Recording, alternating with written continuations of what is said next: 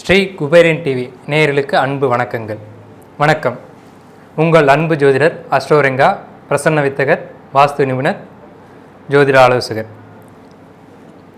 இப்போது வரக்கூடிய குரு பெயர்ச்சியை பற்றி நம்ம பார்க்குறோம். குரு அப்படின்றதுனால குரு பகவான் யார், அவருடைய தன்மைகள் என்ன அப்படின்ற விஷயங்களை நம்ம முதல்ல பார்க்க இருக்கோம். குரு பகவான் அதாவது நம்ம கேலக்ஸி, அதாவது சூரிய மண்டலத்தில், சூரிய குடும்பத்தில் 5வது வட்டப்பாதையில் இருக்கக்கூடிய கிரகம் தான் குரு பகவான். இவர் தேவர்களுக்கு பிரகஸ்பதி, அதாவது தேவர்களுக்கு ஆலோசகர், மந்திரி அப்படின்லாம் சொல்கிறாங்க. தேவ மந்திரி அப்படின்ற மாதிரி சொல்கிறாங்க. பூமியிலிருந்து 48 கோடி கிலோமீட்டர் தொலைவில் இவர் இருக்கார். 12 ஆண்டுகளுக்கு ஒரு முறை சூரியனை சுற்றி வர்றார். இவர் தன்னைத்தானே சுற்றிக்கிறதுக்கு தோராயமாக 10 மணி நேரமும் 9 மணி நேரம் 55 நிமிடம் ஆகுது. இந்த கிரகத்தினுடைய குறுக்களவு பார்த்திங்கன்னா 56,500. ஸோ இந்த குரு பகவானுக்கு அரசன், ஆசான், சிகண்டி, தேவகுரு, வியாழன், அந்தணன், அரசன் இப்படிலாம் பெயர்கள், சிறப்பான பெயர்கள் அவங்களுக்கு கொடுத்துருக்காங்க. இந்த குரு நம்ம ராசி கட்டத்தில் பார்த்தோம் அப்படின்னு சொன்னிங்கன்னா, காலபுருஷ ராசியில் 9வது ராசிக்கும் 12வது ராசிக்கும் அங்கம் வகிக்கிறார். இந்த 9ம் 12ம் சிறப்பான இடங்கள் நம்ம ராசி சக்கரத்தில். ஏன் அப்படி சொல்கிறோம் அப்படின்னம்னா, நம்மளுடைய உடல் ராசி கட்டம் அப்படி தான் இப்போ நம்ம முன்னோர்கள் நமக்கு கொடுத்துருக்காங்க. இந்த உடலை நம்ம பிரித்து பார்க்கும்போது 9ஆம் இடம் அப்படிங்கிறது தொடையாக வருது. அதாவது இந்த உடலை தாங்கக்கூடிய பகுதியாக அந்த குரு இருக்கக்கூடிய இடம் வருது. எங்கெல்லாம் சதை பிடிப்புகள் அதிகமாக இருக்கோ அந்த பகுதியெல்லாம் குரு ஆதிக்கம் செலுத்துகிறார். கொழுப்பு உள்ள இடங்களுக்கு குரு ஆதிக்கம் செலுத்துகிறார். எலும்பு அல்லாத சதை பகுதிகளுக்கு குரு ஆதிக்கம் வைக்கிறார். இந்த குரு பகவான் நல்லதை மட்டுமே செய்யக்கூடிய ஒரு கிரகம். ஒரு ஆசான் இருக்கார் அப்படின்னா ஒரு கலையை கற்றுக் கொடுக்குறார். அவர் வளர்ச்சிக்கு எல்லாமே செய்கிறார். அவர் வளர்ந்ததுக்கு பின்னாடியும் அதே இடத்துலேருந்து அவருடைய வளர்ச்சியை பார்த்து ரசிக்கிறார். அவர் தான் குரு. அந்த அடிப்படையில் நம்ம பார்க்கும்போது நம்ம பள்ளிக்கூடத்தினுடைய ஆசிரியராக இருக்கட்டும், ஒரு ஜோதிட ஆலோசகராக இருக்கட்டும், இந்த மாதிரி நம்மளுடைய வளர்ச்சிக்கு யாரெல்லாம் அங்கம் வகிக்கிறாங்களோ அவங்கெல்லாம் குரு. ஒரு மதத்தை போதிக்கக்கூடியவங்க, நம்ம வாழ்க்கைக்கு வழிகாட்டக்கூடியவங்க, இப்படி இந்த தன்மை உடையவங்க எல்லாமே நம்ம குருவாக எடுத்துக்கிறோம். இந்த குருவினுடைய நிறம் அப்படின்றது பொன்னிறம். அதனால தான் அவர் பொன்னவன் அப்படின்னு சொல்கிறோம். இவர் நம்மளுடைய உடலில் வயிற்று பகுதிக்கு அங்கம் வகிக்கிறார். வயிறு சார்ந்த பகுதிகளுக்கும் அங்கம் வகிக்கிறார். இவருடைய வாகனம் பார்த்திங்கன்னா யானை வாகனம். ஸோ இந்த மண் பூதத்துக்கு இவர் ஆதிபத்தியம் வாங்குகிறார். இந்த குரு பகவானுடைய சிறப்பு அம்சங்கள் அப்படிங்கிறது இதெல்லாம் நம்ம பார்க்குறோம். இப்போ நம்ம ராசி பலன் அப்படின்ற விஷயத்துக்குள்ளே போய்டுவோம். எதையுமே தூய்மை செய்யக்கூடிய, தூய்மையாக பார்க்கக்கூடிய மீனராசி அன்பர்களே, அதாவது இப்போ உங்களுடைய குணம் எப்படி அப்படின்னா, உங்கள் ராசிநாதன் குரு தான். குரு அப்படின்றவர் ஒழுக்கத்துக்கான கிரகம். உங்கள்கிட்ட ஒரு ஒழுக்கம் இருக்கும். மற்றவங்களுக்கு உதவி செய்யக்கூடிய மனப்பான்மை இருக்கும். ஓடி ஓடி வேலை செய்வீங்க மற்றவங்களுக்காக. ஒழுக்கமாக இருப்பீங்க. அதே மாதிரி யாருக்கும் உங்களால் ஒரு தொந்தரவு வந்திருக்கு அப்படின்ற ஒரு பேர் இருக்காது. இப்படிப்பட்ட உயர்ந்த குணங்களை கொண்ட மீனராசி அன்பர்களுக்கு வணக்கங்களும் வாழ்த்துக்களும். இப்போ மீனராசிக்கு எப்படி இருக்குது இந்த குரு பெயர்ச்சி அப்படிங்கிறத நம்ம பார்க்குறோம். 2ல் குரு வரப்போகிறார். இப்போ ராசியின் மீது குரு இருக்கார். இந்த ராசியின் மீது குரு இருக்கிறது, குரு இந்த ராசிக்கு பலம் அதிகம். ஏன்னா இப்போ ராசிநாதனே ராசியிலே இருக்கார். சந்திரன் மேலேயே குரு இருக்கார். எப்படின்ற அமைப்பில் தான் நம்ம பார்க்கணும். சந்திரன் மேலே குரு ஆட்சி பலத்தில் இருக்கும்போது சந்திரனுக்கான பலத்தை அதிகமாக கூட்டி கொடுத்துருவார். இப்போ சந்திரனுக்கு பலம் கிடைக்கும்போது சனி பகவானால் ஏற்படக்கூடிய தாக்கங்கள் குறையும். இப்போ 12ஆம் வீட்டில் விரயச்சனி வந்துட்டார். இந்த விரயச்சனியினுடைய தாக்கங்கள் வந்தாலும் கூட பெரிய அளவில் உங்களை பாதிக்காது. மனசளவுலையும் சரி, உடல் அளவுலையும் சரி பாதிக்காமல், அதாவது ஒரு சண்டை இருக்குன்னா கேடயத்தை கையில் கொடுத்தாச்சு, கேடயம் வச்சு உங்களை பாதுகாத்துக்கிறீங்க. கேடயம் குரு பகவான் தான். அப்போ இந்த கேடயம் நீடிக்குமா அப்படின்னு கேட்டால் கட்டாயம் இந்த ஓராண்டுக்கு உங்களுக்கு நீடிக்கும்.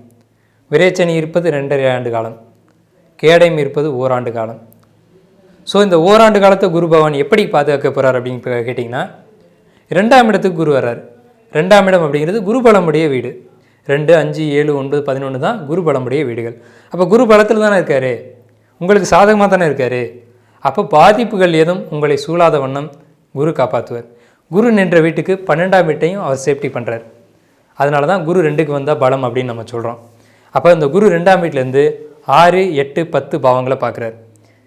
இந்த 6, 8, 10 பாவங்கள் அப்படிங்கிறது 6ஆம் வீடு சிம்ம வீடு. அந்த வீட்டை கேதுவும் பார்க்குறாரு. அப்போ கேது மோட்சக்காரகன், கேது ஞானக்காரகன். 6ஆம் வீடு கடன் வழக்கு நோய்க்கான பாவகம். அப்போ கடனுக்கு மோட்சம், நோய்க்கு மோட்சம், வழக்குக்கு மோட்சம். உங்கள் ராசியே மோட்ச ராசி. காலபுருஷ ராசியில் 12வது முடிவு ராசி உங்கள் ராசி. அப்படிப்பட்ட உங்கள் ராசிக்கு மோட்சக்காரகனான கேதுவனுடைய சப்போர்ட்டு இந்த காலகட்டங்களில் உங்களுக்கு இருக்குது. எப்போது? இந்த அக்டோபர் மாதம் வரைக்கும் இருக்குது. அக்டோபர் மாதத்துக்கு பின்னாடி 1.5 வருஷ காலகட்டங்களும் இருக்குது. அப்போ குரு 1 வருஷம் ப்ரொடெக்ட் பண்ணுறாரு, குருவுக்கு பின்னாடி கேதும் 1 வருஷம் ப்ரொடெக்ட் பண்ணுறாரு. இப்போ மொத்தம் இந்த விரயச்சனி காலகட்டங்களில் குருவும் கேதும் இணைஞ்சே உங்களை காப்பாற்றிக்கிட்டு வராங்க. அப்படிங்கிறது மிகப்பெரிய ஒரு அற்புதமாக நம்ம பார்க்க வேண்டியது இருக்குது. 8ஆம் பாவத்தை குரு பார்க்குறார். 8ஆம் பாவம்ன்றது உயிர் சொத்து, தான செட்டில்மெண்ட், பூர்வீக சொத்து. பிரிக்க முடியாமல் இருந்திருக்கும், பேச முடியாமல் இருந்திருப்பீங்க. அந்த சொத்து ஏதோ ஒரு இயற்கை செயல்களால், தானாக ஒரு நடந்த சம்பவங்களால், ஒரு வாய்ப்பேச்சினால், நீ கேட்டதுனால, சாதாரணமாக கேட்டதுனால பிரிச்சுக்கலாமே அப்படின்ற ஒரு வார்த்தை வந்துடும். அது பிரித்ததுனால உங்களுக்கு இருந்த பெரிய பிரச்சனைகள் விலகும். பாருங்கள், ஒரு ஆச்சரியமான விஷயம். விரயச்சனி தொந்தரவு கொடுக்குறாரு. ஆனால் இங்கிட்ட குரு பகவான் 8ஆம் வீட்டை பார்த்து வர வேண்டிய ப்ராப்பர்ட்டியை கொண்டு வந்து கடனை தீர்த்து விடுறாரு. எவ்வளோ ஒரு அழகான விஷயம் பாருங்கள் இந்த மீனராசிக்கு. இந்த 6, 8, 10ஆம் பாவத்தை குரு பார்க்குறார். 10ஆம் இடம் என்பது கௌரவம், அந்தஸ்து, தொழில் ஸ்தானம். இப்போது அதாவது சனியினுடைய வேலையில் என்னென்னா, அதாவது ஒரு தாழ்ந்து போனவங்கள விட்டுருவார். தன்னை பகட்டாக காட்டினவங்கள அந்த பகட்டு உண்மை இல்லை அப்படின்னு தலைகுனிய வைப்பார். இப்போ நீங்கள் மீனராசி அப்படின்றதுனால உங்களுக்கு தலைக்கணம் அப்படிங்கிறது இருக்காது. அப்படி ஒரு பணிவோட யாருக்கிட்ட எப்படி எந்த இடத்துல நடக்கணுமோ, யாருக்கு என்னென்ன மதிப்பு கொடுக்கணுமோ அதை கரெக்டாக கொடுப்பீங்க. அது உங்களுக்கு இயல்பிலே வந்த ஒரு விஷயம். அப்படி இருக்க காலகட்டத்தில் சனி பகவான் ஒரு தலைக்குனிவை அவமானத்தையோ கொடுப்பாரான்னா கொடுக்க மாட்டார். ஏன் அப்படின்னு கேட்டிங்கன்னா, குரு பகவான் 10ஆம் வீட்டை பார்த்துட்டார். கௌரவம் அந்தஸ்துன்னு சொல்லக்கூடிய இடத்த குரு பகவான் பார்த்துட்டார். அப்புறம் எப்படி ஒரு அவமானமோ அவச்சொல்லோ இதெல்லாம் ஏற்படும்? அப்படி ஏற்பட்டதுன்னு சொன்னால் அது உங்களுடைய அறியாமையாக இருக்கும். அதாவது இப்போ நீங்கள் எப்படி நடந்துக்கணும் உங்களுக்கு பலன் ஓரளவுக்கு சொல்லிட்டேன். ஒரு சின்ன அட்வைஸ் மட்டும் மீனராசிக்கு நான் கொடுத்துக்கிறேன். என்னென்னா, மீனராசி உண்மையிலே ஒரு அற்புதமான ராசி, குருவினுடைய தன்மைகள் அதிகம் கொண்ட ராசி. அப்படிப்பட்ட ராசி. மற்றவர்களுக்காகவே நீங்கள் வாழ்ந்துக்கிட்டு இருப்பீங்க, உங்களை பற்றி நீங்கள் சிந்திக்க மாட்டீங்க. அப்படிப்பட்ட நீங்கள் எதையுமே பெரியவங்களை அணுகி பெரியவங்களுக்கு மதிப்பு கொடுங்க. ஏன்னா குரு வந்து பெரியவங்கன்னு அர்த்தம். அந்த குருவினோட காரத்தை உங்களை ஆக்டிவேட் பண்ண உங்கள் லைஃப் நல்லாவே இருந்துக்கிட்டு இருக்குங்க. இப்போ பெரியவங்க, மூத்தவங்க, பெரியப்பா, தாத்தா, பெரியவங்க இவங்களை மதிச்சிங்கனாவும், இவங்கள்ட்ட ஆசீர்வாதம் வாங்கினீங்கனாவும் உங்கள் லைஃப்பில் உங்களுக்கு திருமணம் ஆகலையா ஆகிடும், குழந்தை இல்லையா கிடச்சிடும்.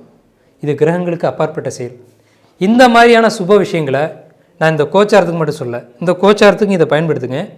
இந்த கோச்சாரத்துக்கு பின்னாடி வாழ்க்கைக்கும் நீங்கள் பயன்படுத்துங்க. ஸோ இந்த காலகட்டங்கள் ஓரளவுக்கு சேஃப்டி இருந்தாலும் எச்சரிக்கையும் ஒரு பக்கம் நீங்கள் வச்சுக்கோங்க. என்னென்னா, நம்ம சேஃப்டியாக இருக்குது அப்படின்னு சொல்லிட்டோம் அப்படின்றதுனால நீங்கள் அகலக்கால் வச்சுக்கக்கூடாது.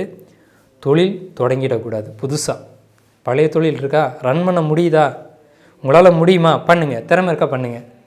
இந்த மற்ற கிரகங்களுடைய கோச்சாரமும் உங்களுக்கு சப்போர்ட் பண்ணுது. அந்த உதவிகளை வச்சுக்கிட்டு, இறை வழிபாடுகளை எடுத்துக்கிட்டு, கிரகங்களை வழிபட்டுட்டு நீங்கள் அற்புதமாக செய்யுங்க. அதே நேரத்தில் பெரியப்பா, தாத்தா இவங்கெல்லாம் குருவோட காரத்துவத்துக்கு கீழே வர்றாங்க. ஜோதிடர்கள் இவங்களெல்லாம் சந்தித்து அவங்கள்ட்ட பணிவாக பேசி முடிஞ்சால் ஒரு ஆசீர்வாதம் வாங்க, முடியலன்னா அவங்கள்ட்ட அணுகி ஒரு அனுசரணையாக பேசுங்க. இது போதுமானது. அவங்க மனசில் பரவாயில்ல அப்படின்ற ஒரு எண்ணம் வந்துருச்சுன்னா அவங்க ப்ளஸ் பண்ணாங்கன்னா இன்னும் விசேஷம். மீனராசியை பொறுத்தளவுக்கு மீனராசிக்கு ஒரு குறைனா பெரியவங்களை பார்த்து ஒரு அனுகிரகம் வாங்கிக்கோங்க.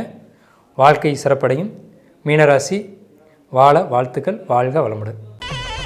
ஸ்ரீ குபேரன் டிவியை பார்த்தமைக்கு நன்றிகள். மேலும் இது போன்ற தகவல்களை தெரிந்து கொள்ள ஸ்ரீ குபேரன் டிவியை சப்ஸ்கிரைப் செய்யுங்கள். மறக்காமல் பெல் ஐக்கானை கிளிக் செய்யுங்கள்.